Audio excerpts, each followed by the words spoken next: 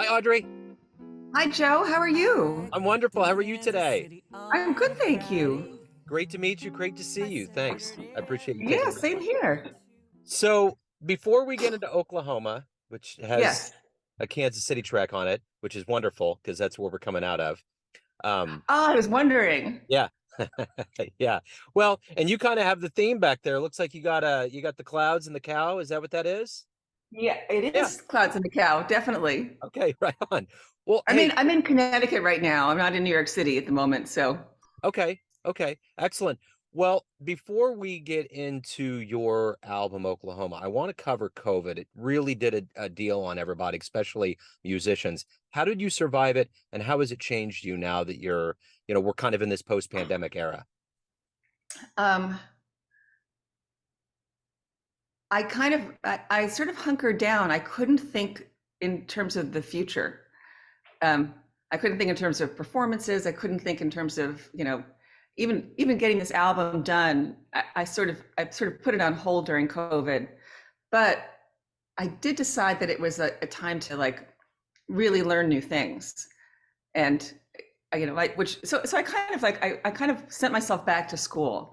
I took a bunch of online like courses on mixing and mastering, and a few songwriting courses. I found a new voice teacher. I wrote some music. I learned to play the ukulele.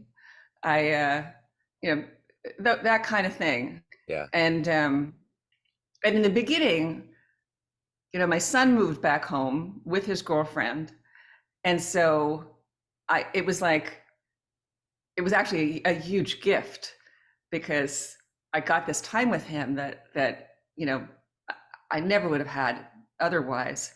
So a lot of the beginning was just sort of feeding my family and that and making sure that we got food in and that everyone was safe. So so that was the big preoccupation. I didn't even think. Actually, I wrote one song right in the beginning of the epidemic. My husband, who is not a poetic man, walked by me one day, within the first few weeks, and he handed me this poem, and it was so beautiful. And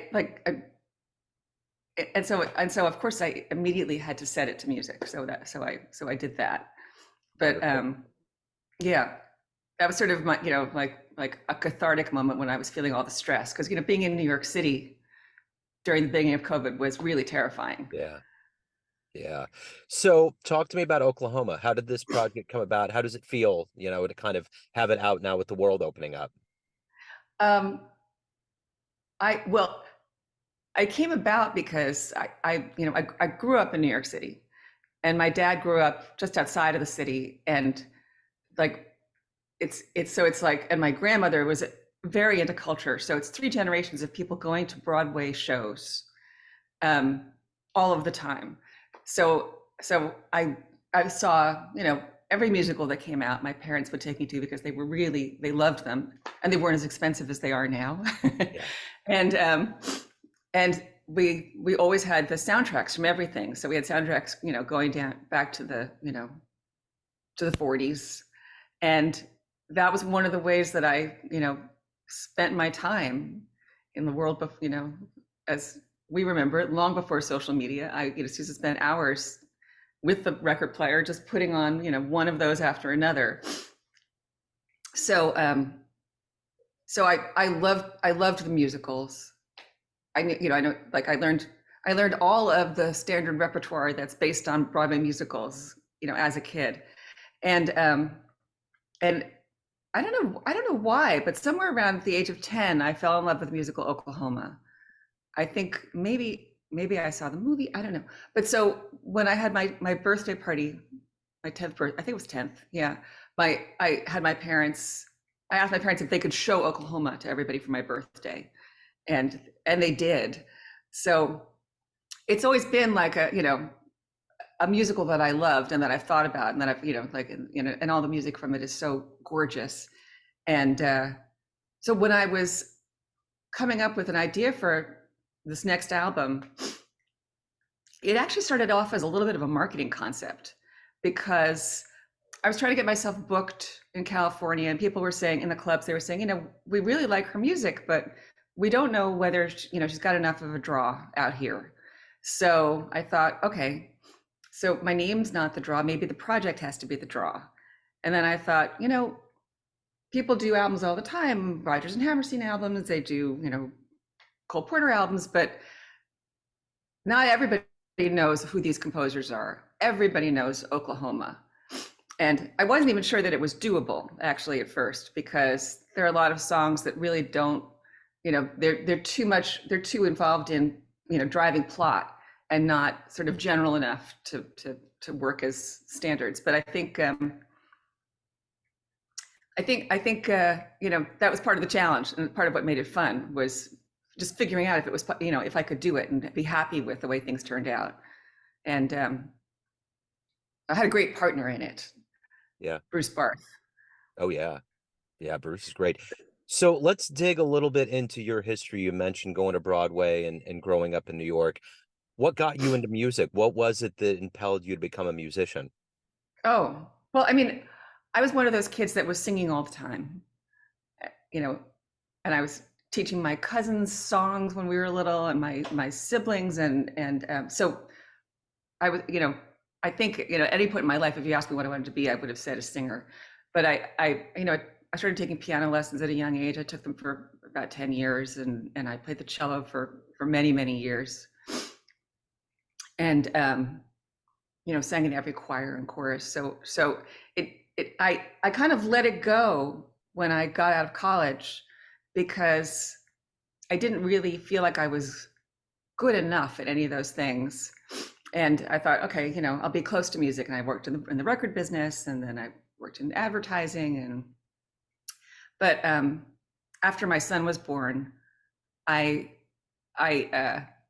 decided I liked being home with him, and I started getting back into music again. And that was when I started singing once more. But So what was the first live jazz show that just blew your doors off?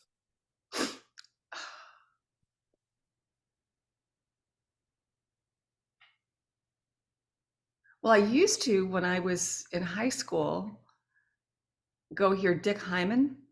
Yeah. He played at a place called Hanratty's Hmm. in Manhattan on the Upper East Side.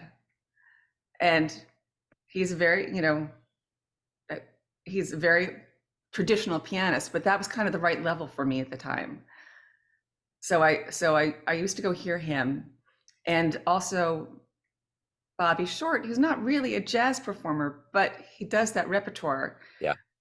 Played regularly at the Carlisle, and like when I was 16, my parents were like, "You want to have a big sweet 16 party?" And I was like, "No, I actually can I take some friends to the Carlisle and hear Bobby Short?" And that was when my parents realized I was different. Yeah. But Yeah. um, so I heard a lot of music. I honestly, I'm trying to think about, like, there's so many, I've seen so many mind-blowing shows, but those are the ones that I saw really early on. Yeah. Yeah. So before we depart Oklahoma, what are you hoping the listener gets from this album? Um, what am I hoping to get?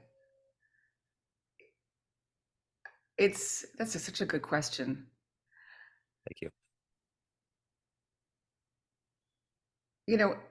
A new way of relating to the music, and hopefully when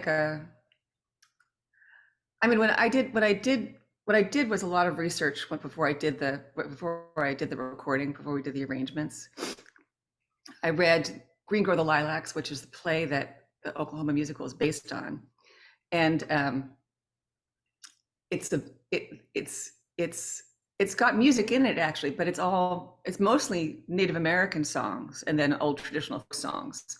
And there are Native Americans basically everywhere in the play. And so after reading that, I was like, wow, what happened? Oklahoma has none of that. It's completely gone. And so I thought, I don't know that I really feel comfortable doing this musical unless at some point I can allude to the existence of the Native Americans that were there and are still there. And so that was sort of, my first thought going in, so that's why the first track has Native American flute Yeah. and some Native American harmonies, and is in a minor key, because I was, and when I actually when I had it mixed, I said to the mixing engineer, I want the flute. At first, when when he mixed it, he had the flute way up front, and I said, actually, what I want it to sound like is there's a Native American out there playing the flute somewhere out in the grass, but you can't see him. He's far enough away, but you know that he's there. And so it was a way of sort of setting up what a little bit of the history and sort of the true history of the state. And so not all of the tracks have that amount of depth to them, but a number of them do. And so I felt like it gives people a different way of thinking about the story. Yeah. The one thing about musicians is that, we're all people and we're all waking up and doing these things and living these lives. You've been at this for a while. What is it that motivates you? What is it that you like the best about being a musician that you look forward to the most every day? Um, it's the thing that brings me more joy than almost anything. Uh, you know, I also, it's funny because there were a couple of points when I thought, do I really want to do this? I feel like it's a lot of work to get people to come to hear you, and if it's so much work, like, what value are you really adding? Like, if when there's so many musicians out there, and I actually studied with a Native American medicine woman for about 15 years. And one of the things that I learned in the process of learning all of their, spiritual traditions and some of their healing techniques was that, I began to believe that, we all have a purpose. We all have something that we're here to accomplish. And I really do believe that my particular purpose is to accomplish something through music. And that music actually has a tremendous energy that can impact people in subtle and not subtle ways. So knowing that and believing in that makes me feel extremely happy to be doing the work that I don't love doing, and in addition to doing the stuff that I do love. At the end of the day, it's all about this craft, this journey that we call jazz. Why do you love jazz? I all I know is that it's like it lights up my brain. I if I'm driving the car and I'm feeling tired, the only music that wakes me up is jazz. Yeah. My husband loves to listen to classic rock, and so if he's driving and he's tired, we listen to classic rock. And it's not that I don't like classic rock, I do, but it's not something that keeps me going. Right. But it's like literally, I feel like all the neurons are lighting up, and so I must have the right wiring for it. Yeah, I agree. I feel like that's such a great description because I feel like it's the same thing for me. It's like a house at Christmas time. It's like, yeah, when you turn on the lights, they just all dance and sparkle and everything comes to life. It just makes sense. And I think it's kind of the way, I don't know, it's interesting. It's kind of the difference between the genders. Men and women think in different ways, but there is definitely lights that flash that go in certain ways, and jazz will do that to people that love it. I kind of equate it to, kind of, they always wanted to get people hooked on smoking, and there's always that album in the beginning that hooks you on jazz. It gives you the habit and you'll keep it for a lifetime. You just want to keep on going, Yes.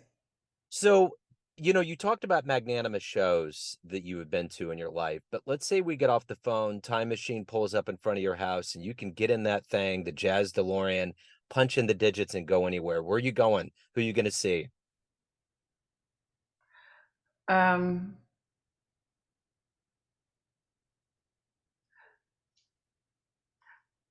I'm blanking on a name. I'm having like morning brain. Oh my God, Kurt. Oh, are you Rosenwinkel? No, not Kurt Elling? Rosenwinkel. It's actually a singer, Elling? Kurt Elling. I I listened to his albums for years, and there were parts of his albums that I absolutely loved, and parts that kind of left me thinking, it doesn't feel like quite enough. And then I went to hear him live, and it was one of the most amazing shows I have ever seen. They're just, I hear it that. was, I've yeah, heard that before. Like it's utterly transformative. Kind of like, yeah, no. so crafted and so, like so beautifully paced. And like, aside from his incredible abilities and his beautiful voice, the craft behind his shows are really extraordinary. So I saw him at Joe's Pub many years ago, and it was really eye-opening.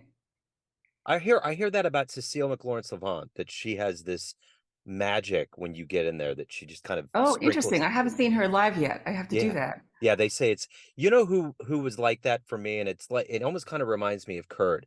There's kind of this old world bedside manner that's kind of old worldish. I saw Marilyn May about 4 years ago before the pandemic happened, and it was so cool because like in between when she's talking, the piano player's playing. It's kind of like a Mhm. Tonight Show thing, you know. Yeah. It was really cool, and you know, she's from Kansas City. The my engineer for my show, one of my best friends of all time, his name is John Christopher. He does a show called The Neon Beat, and it's the American Songbook.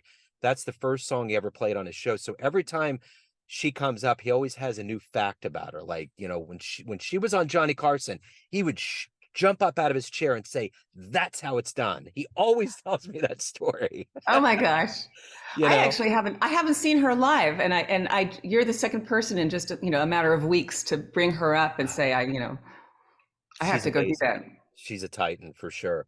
Um, Yeah. so, you know, at the end of the day, like I kind of mentioned, you know, there's always a person behind the music. Everyone has a perception of you, family, friends, and fans, but you ultimately run the show. What's your perception of you? Who do you think you are? Who do I think I am? Is it too early for a therapy question? That's a really deep one. Um, I don't know. I think I'm someone who is trying to grow and evolve all the time, is always sort of looking and questioning and hoping that that each each day as I move forward, I'm doing things in a more conscious way. I you know um I mean, I sort of feel like our whole purpose here is to evolve as people, is to grow as people. This is, I studied both Native American spirituality and Kabbalah, and and what's fascinating is they're basically the same. Um, they're just based on very ancient spirituality. Someone said to me, spirituality is spirituality. Like it's really kind of one thing wherever you go. But and so I think I think of myself that way. So it's not really a static thing. And my particular avenue for growth is through music and through relationships. And Yeah. So if anyone wants to pick up Oklahoma, find out about live shows, anything about your world, where do they go? They go to my website, audreysilver.com. It should all be there soon. Excellent. Audrey, this has been great. Thank you for opening up. Thank you for your story and for your music. I appreciate it. Oh, thank you so much. It was really a pleasure talking to you, and really great, interesting questions. Thank you. It was wonderful.